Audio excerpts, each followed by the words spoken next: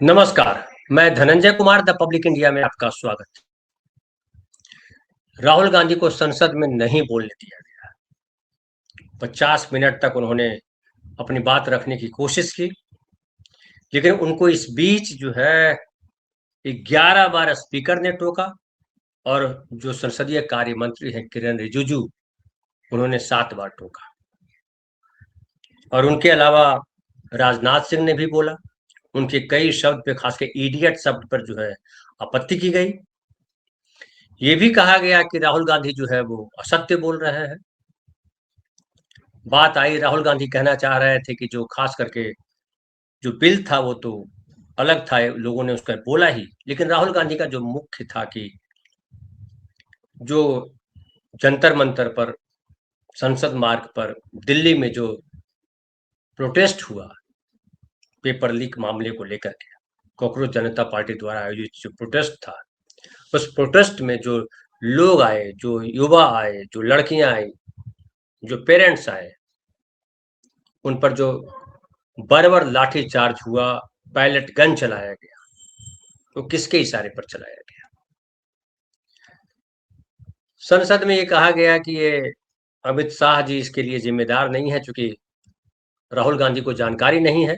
जितेंद्र सिंह ने कहा कि राहुल गांधी को जानकारी नहीं है। गृह मंत्री जो है वो गोली चलाने का या लाठी चलाने का आदेश नहीं देता है। गोली या लाठी चलाने का आदेश या तो मजिस्ट्रेट देता है, या डीएम देता है, या एसडीएम देता है। लेकिन पैलेट गन चलाया गया, इसको लेकर के भी कहा कि राहुल गांधी झूठ बोल रहे हैं। इसलिए राहुल गांधी ने प्रेस कॉन्फ्रेंस किया और प्रेस कॉन्फ्रेंस करके अपनी बात रखी। और राहुल गांधी ने जो अपनी बातें कही, उसमें एक तो अमित शाह जी को जिम्मेदार ठहराया कि अमित शाह इसके लिए सीधे तौर पे जिम्मेदार है, क्योंकि पैलेट गन बिना गृह मंत्री के बोले, बिना गृह मंत्री की अनुमति के कोई पैलेट गन चला नहीं सकता। और पैलेट गन चलाया गया है।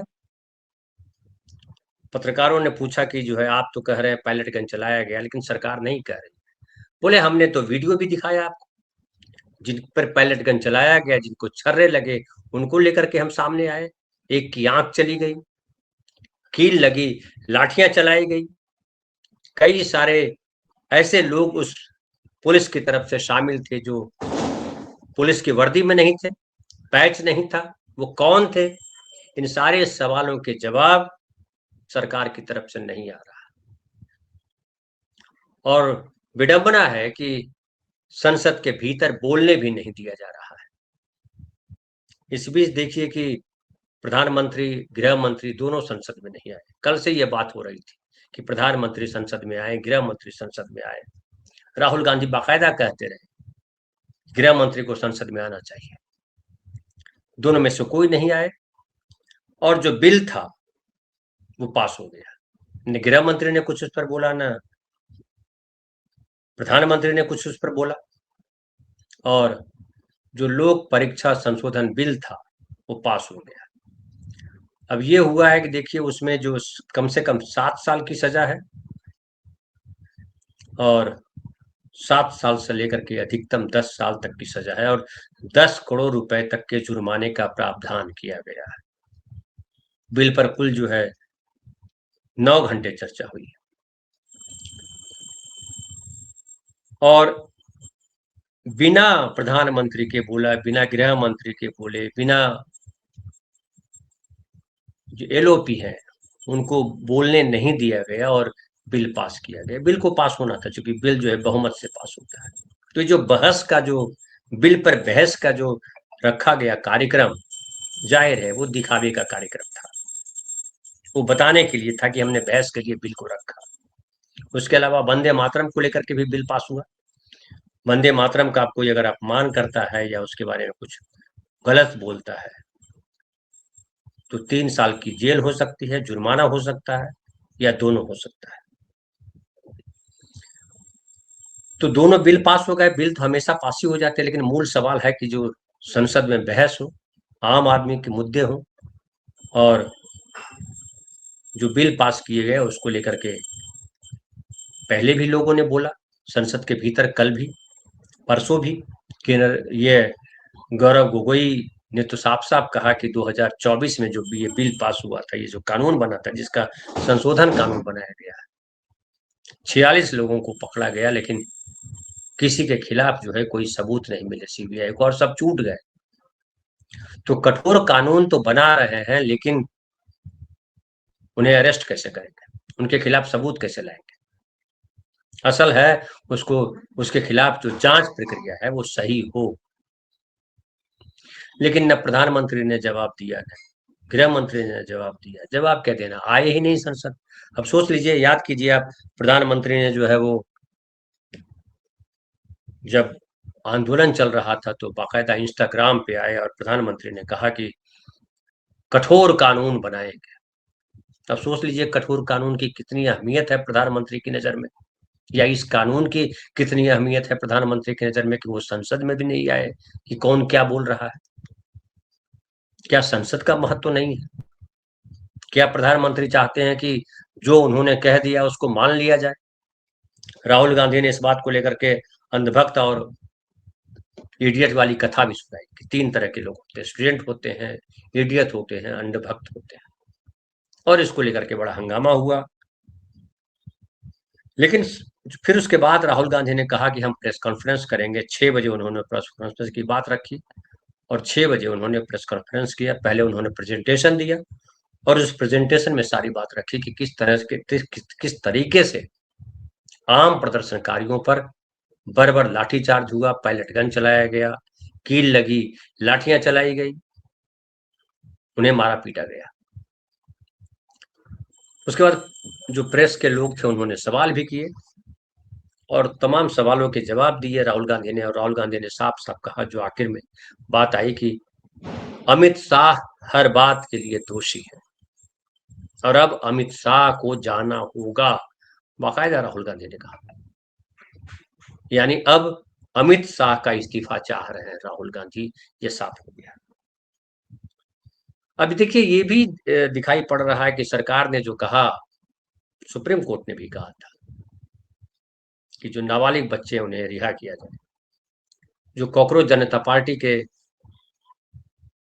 साथ जो नड्डा की मीटिंग हुई, और कॉकरोच जनता पार्टी ने कहा कि ये बात हुई है कि तमाम लोग जो प्रदर्शनकारी थे उनके खिलाफ जो मुकदमे दायर किए गए हैं, मुकदमे ले लिए जाएंगे, वापस लिए जाएंगे, और किसी को परेशान नहीं किया जाएगा। लेकिन जो खबरें आ रही है पटना से भी, जो खबर है कि कुछ 300 लोगों को छोड़ा गया है, लेकिन अभी भी बहुत सारे लोग जेलों में बंद है, उनको छोड़ा नहीं गया है। ये भी कई वीडियोज आए जिसमें पटना से भी वीडियोज आए, मुंबई से एक वीडियो आया जिसमें प्रदर्शनकारी को, कि आपने प्रोटेस्ट में भाग लिया था इसके लिए आपको अरेस्ट किया जाता है। मुंबई में भी घटना हुई, कई लड़कों को पकड़ा गया। पटना की सड़क पे हुआ कि एक लड़की जा रही थी, उसको पुलिस ने घेर लिया, महिला पुलिस ने, और उसे जबरन जो है अपने साथ ले गई। उस लड़की ने कहा कि मैं प्रोटेस्ट में नहीं थी। पुलिस ने कहा कि हमारे पास फोटो है, हमारे पास वीडियो है, आप प्रोटेस्ट में हो, आपको चलना पड़ेगा। तो यानी गिरफ्तारी जो है चुन चुन करके, ढूंढ ढूंढ करके, जो प्रोटेस्ट में शामिल हुए उनको गिरफ्तार किया जा रहा है। किसके इशारे पर गिरफ्तार किया जा रहा है? जब ये हुआ कि प्रदर्शनकारी के खिलाफ मुकदमा नहीं दायर किया जाएगा, तो फिर गिरफ्तारी क्यों?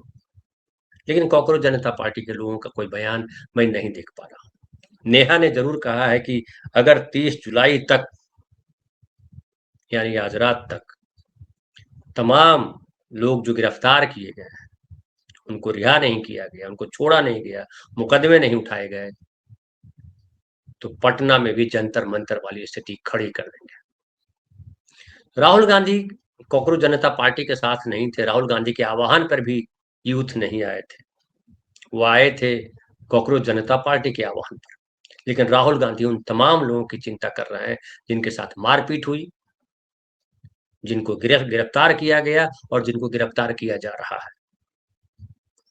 और राहुल गांधी ने ये जिस तरह से इसको मुद्दा बनाया है, और जिस तरह से अमित शाह जी को घेरा है, उससे ये पता चलता है कि अब विपक्ष जो है अमित शाह को रिजाइन करना होगा। ये मुद्दा जो है आगे चलेगा, और आंदोलन और बड़ा होगा। तो अब देखना है कि पक्ष और विपक्ष किस तरह से संसद तो अभी और चलना है, अभी कई बिल पास होने हैं, प्रधानमंत्री संसद आते हैं या नहीं आते हैं ये भी देखना है। और राहुल गांधी जी ने जो कहा है, हालांकि प्रेस ने, पत्रकारों ने सवाल किया कि आपको अगर नहीं संसद में बोलने दिया जाएगा तो आपके पास क्या विकल्प है। राहुल गांधी ने कहा कि हमारे पास विकल्प है, जो हम कर रहे हैं, हम सड़क पर उतरेंगे, हम प्रेस कॉन्फ्रेंस करेंगे, प्रेस से बात करेंगे, बाहर बात करेंगे। तो कुल मिलाकर के जो स्थिति है वो स्थिति ये है कि जो नरेंद्र मोदी सरकार है वो लोकतंत्र के तमाम जो पहलू है उसको बंद करने में लगी। राहुल गांधी ने कहा भी कि अगर आप कहिए तो मैं न बोलूं, आप लोग बोलते रहिए। और ये लगातार कोशिश की जा रही है कि राहुल गांधी, जब से राहुल गांधी बोल रहा है, हमेशा ये होता है कि राहुल गांधी जब कुछ भी बोलते हैं तो चाहे किरण रिजिजू हो, चाहे अनुराग ठाकुर हो, चाहे प्रधानमंत्री खुद हो, चाहे गृह मंत्री हो, चाहे लोकसभा अध्यक्ष हो, सब टोकने लग जाते हैं। अरे भाई, आप उनकी बात खत्म होने दीजिए, जहां जहां आपत्ति है वहां वहां बोलिएगा आप। लेकिन ऐसा होता नहीं है। सबकी निगाह, जो पूरी जो बीजेपी सरकार है, नरेंद्र मोदी सरकार है, इवन लोकसभा अध्यक्ष, इवन जितने सांसद हैं बीजेपी के, उन सबकी निगाह होती है कि किसी भी तरह राहुल गांधी को डिस्टर्ब किया जाए, उन्हें बोलने नहीं दिया जाए। लेकिन राहुल गांधी जो है धीरे धीरे ऐसा लगता है कि परिपक्व होते जा रहे हैं, और उनको अब समझ में आ गया है कि अगर आप यहाँ रोकेंगे तो हम यहाँ बोलेंगे, अपनी बात रखेंगे तो रखेंगे। और आज का जो प्रेस कॉन्फ्रेंस था, क्षमा करेंगे, कल का जो प्रेस कॉन्फ्रेंस था, वो इस बात की गवाही देता है। तो देखना है कि आगे राहुल गांधी कैसे सत्ता पक्ष से लड़ते हैं, आम आदमी की आवाज उठाते हैं। फिलहाल इतना ही। बहुत बहुत धन्यवाद।